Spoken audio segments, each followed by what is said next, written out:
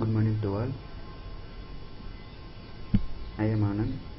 திருச்சியில் forex trading classes நடத்திட்டுருக்கேன். Forex ட்ரேடிங்னா என்னென்னா, இது ஒரு எக்ஸ்சேஞ்ச் மார்க்கெட். ஒரு நாட்டு கரன்சி இன்னொரு நாட்டு கரன்சியை எக்ஸ்சேஞ்ச் பண்ணுற மார்க்கெட் இது. இதில் வந்து நம்ம பை பண்ணாலும் ப்ராஃபிட்டு, செல் பண்ணாலும் ப்ராஃபிட்டு. இந்த மார்க்கெட் கிட்டத்தட்ட 4th centuryலேருந்து ரன் ஆகிட்டுருக்கு. இதோட ஹிஸ்ட்ரியை விக்கிபீடியாவில் நீங்கள் ஃபுல்லாக படிச்சிங்கனாலே உங்களுக்கு ஃபுல்லாக புரியும். இது ஒன் டேக்கு வந்து ஆவரேஜாக 3.98 ட்ரில்லியன்ஸ் டிரான்சாக்ஷன் நடக்குது. இதில் centralised banks, commercial banks, companies, institute, individual, brokers இவ்வளோ பேர் இதில் இன்வெஸ்ட் பண்ணுவாங்க. ஏன்ஷியன்ட் பீரியட்லேருந்து நவடேஸ் இப்போ இருக்க MT4 பிளாட்ஃபார்ம் வரை எப்படி டெவலப் ஆனிச்சுங்கிறதுக்கு ஃபுல் ப்ரூஃபோடையே விக்கிபீடியாவில் இருக்குது. இந்த ஹிஸ்ட்ரியை எல்லோரும் படிக்கணும். யாருமே எதுவும் படிக்காமலே ட்ரேட் பண்ணணும், இவ்வளோ ப்ராஃபிட் எடுக்க முடியாதுன்னு சொல்கிறத நம்பி நீங்கள் போகாதீங்க.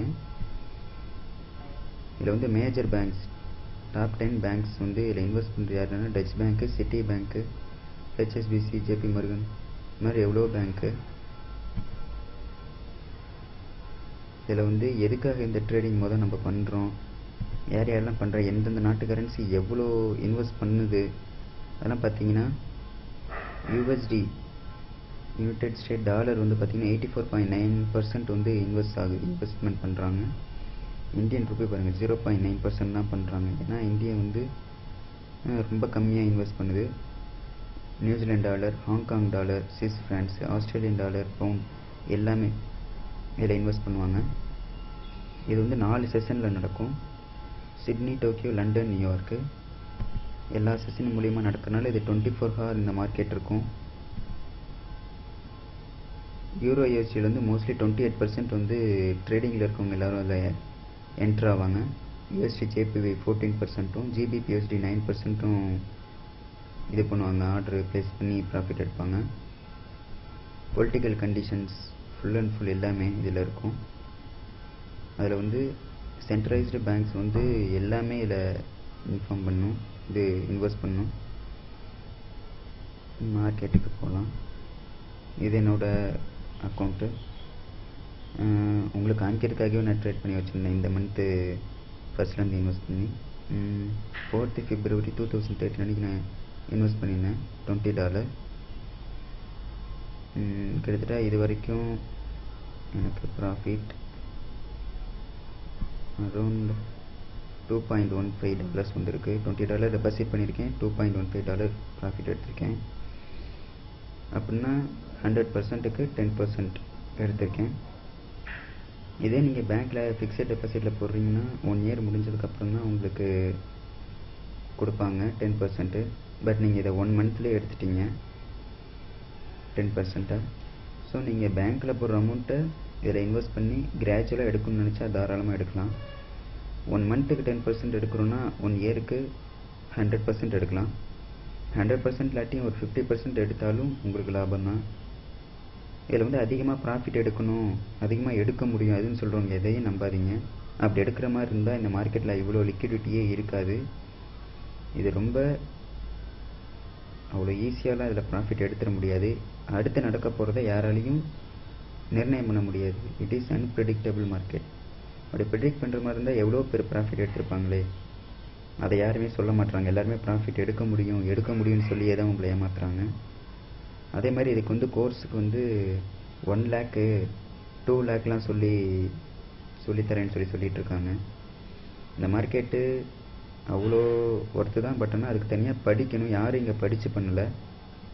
எனக்கே படிக்கணுங்கிறத ரீசெண்ட்டு 2 yearsக்கு முன்னாடி தான் தெரிஞ்சு. அதுக்கப்புறம் தான் நானும் படித்து தெரிஞ்சுக்கிட்டதுக்கப்புறம் தான் புரிஞ்சுக்கிட்டேன்.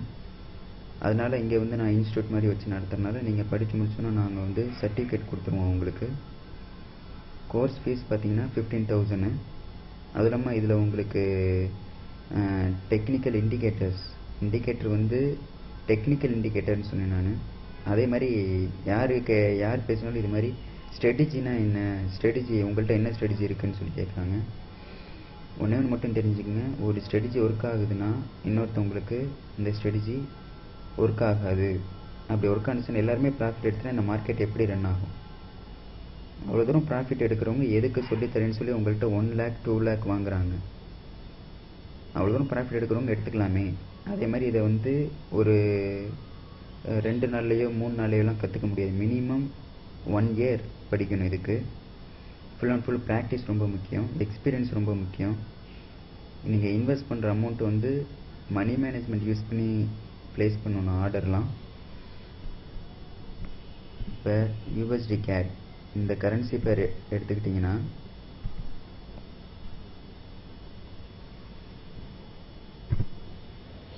நான் வந்து இங்கே நான் செல் ஆர்டர் ப்ளேஸ் பண்ணியிருக்கேன். பட் ஆனால் மார்க்கெட் இவ்வளோ தூரம் மேலே ஏறி இருக்கு. ஸோ அதனால் எனக்கு இப்போ லாஸ் ஆகிக்கிட்டு இருக்கு. ஆனால் நான் $20 போட்டாலும் மணி மேனேஜ்மெண்ட் யூஸ் பண்ணி 0.02 வச்சு போட்டிருக்கேன். அதனால் எனக்கு லாஸ் கம்மியாக தான் இருக்கும். நான் இப்படியே கூட ரிலீவ் ஆகி வரலாம். ஒரு பை ஆர்டர் போடுறோம்னா 1 USD வாங்குறதுக்கு எவ்வளோ CAD கொடுக்குறோம், ஐ மீன் கனடியன் டாலர் கொடுக்குறோங்கிறது வந்து பை. செல்லுனா 1 USD செல் பண்ணுறதுக்கு, ஒரு யூனிட் ஆஃப் USD செல் பண்ண எவ்வளோ CAD கனடியன் டாலர் பை பண்ணுறோங்கிறது தான் இது. இப்போ இங்கே வந்து நம்ம USD செல் பண்ணியிருந்தோம்னா எவ்வளோ CAD வந்து நம்ம பை பண்ணியிருக்கலாம். இதே இங்கே வந்து USD பை பண்ணியிருந்தா CAD செல் பண்ணியிருக்கலாம் இவ்வளோ தூரம். பட் ஆனால் நான் வந்து ஆப்போசிட்டாக ரிவர்ஸ் ஆயிடுச்சு ட்ரெண்டு. நான் இங்கே போட்டிருந்தேன், பட் ஆனால் கேப் வந்து பை சைடு விழுந்திருக்கு. அப்போ மார்க்கெட்டில் ஓவர் நைட் இன்ட்ரெஸ்ட் அது வந்து பை பக்கம் அதிகமாக இருந்திருக்காங்க. பெண்டிங் ஆர்டர்ஸ் இந்த மாதிரி நிறையா இருக்குது. இதை படித்து பண்ணணும். படிக்காமல் பண்ணுனா ஷியோராக லாஸ் தான். இதில் அதிகமாக ப்ராஃபிட் எடுக்கணும்னு நினச்சா ரொம்ப கஷ்டம். அது ஏன்னு கேட்டிங்கன்னா, இது அடுத்து நடக்க போகிறத யாராலையும் ப்ரெடிக்ட் பண்ண முடியாது. ஸோ ஒன்லி கண்டிப்பாக நடக்கணும் நிர்ணயம் கிடையாது. சொல்லலாம் கண்டிப்பாக இது மாதிரி வர வாய்ப்பு இருக்குன்னு தான் சொல்லலாமே தவிர வர வைக்க முடியாது. ஒரு சில பேர் இது மாதிரி கண்டிப்பாக கீழே இறங்கும், கண்டிப்பாக மேலே ஏறும், இது அவ்வளோ தூரம் தெரிஞ்சவங்க. அப்படி இருந்துச்சுன்னா மார்க்கெட்டை ரன் பண்ணவே முடியாது. எல்லாருமே ஈஸியாக ப்ராஃபிட் எடுத்துருவாங்களே. ஸோ இதில் பார்த்தீங்கன்னா ப்ராஃபிட் எடுக்கிறவங்க ரேஷியோ கிட்டத்தட்ட 3% ஒன்லி, அவ்வளோதான். இந்த நியூஸஸ் அவங்க படித்தாலே போதும். வேர்ல்டில் நடக்கிற எல்லா நியூஸஸும் வந்துக்கிட்டே தான் இருக்கும். இப்போ USD INR இந்த பேர் பார்த்தீங்கன்னா மே ரைஸ், மே மந்த் வந்து 55ன்ற ரெசிஸ்டன்ஸை வந்து இடிக்கும்னு சொல்லியிருக்காங்க. இது மாதிரி இந்த நியூஸஸை படித்தாலே நம்மளுக்கு தெரியும். S&P அப்படின்னு ஸ்டாண்டர்ட் அண்டு புவர், இது மாதிரி மார்க்கெட்டில் வந்து நிறைய தெரிஞ்சுக்க வேண்டியது இருக்குது. யாரும் எதுவும் தெரியாமல் பண்ணாதீங்க. பண்ணிங்கன்னா ஷியோராக லாஸ் தான். இதில் full and full bank activity உள்ள நிறையா இருக்கும். ஃபுல் அண்ட் ஃபுல் பேங்க் தான் இதை ட்ரேட் பண்ணுவாங்க. இது ஃபுல் அண்ட் ஃபுல் ஒரு ப்ரொஃபஷனல் ஒர்க்கு.